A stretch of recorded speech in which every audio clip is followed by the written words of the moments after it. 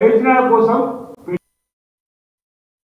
కాంగ్రెస్ ప్రభుత్వం ప్రజలు మోసం చేస్తుందని కామారెడ్డి జిల్లా కేంద్రంలో బీజేపీ పార్టీ జిల్లా అధ్యక్షురాలు అరుణ థార్ అన్నారు. కామారెడ్డి జిల్లా కేంద్రంలోని బీజేపీ పార్టీ కార్యాలయంలో బీజేపీ పార్టీ రాష్ట్ర శాఖ పిలుపు మేరకు కాంగ్రెస్ ప్రభుత్వంపై ఛార్జ్ షీట్ను విడుదల చేశారు. ఈ సందర్భంగా బీజేపీ పార్టీ జిల్లా అధ్యక్షురాలు అరుణ థార్ మాట్లాడుతూ తెలంగాణ రాష్ట్రంలో కాంగ్రెస్ ప్రభుత్వం ఏర్పడి సంవత్సరం పూర్తవుతున్న ప్రజలకు ఇచ్చిన హామీలు అమలు చేయడంలో పూర్తిగా విఫలమైందన్నారు.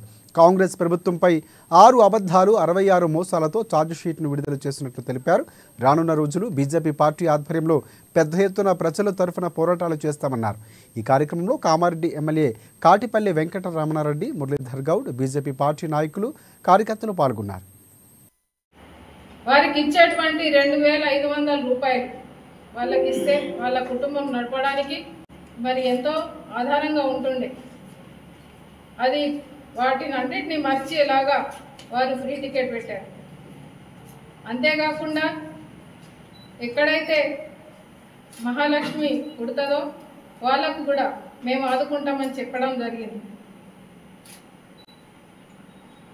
ఇంకా మూడవది గృహజ్యోతి అనే కార్యక్రమం పెట్టారు.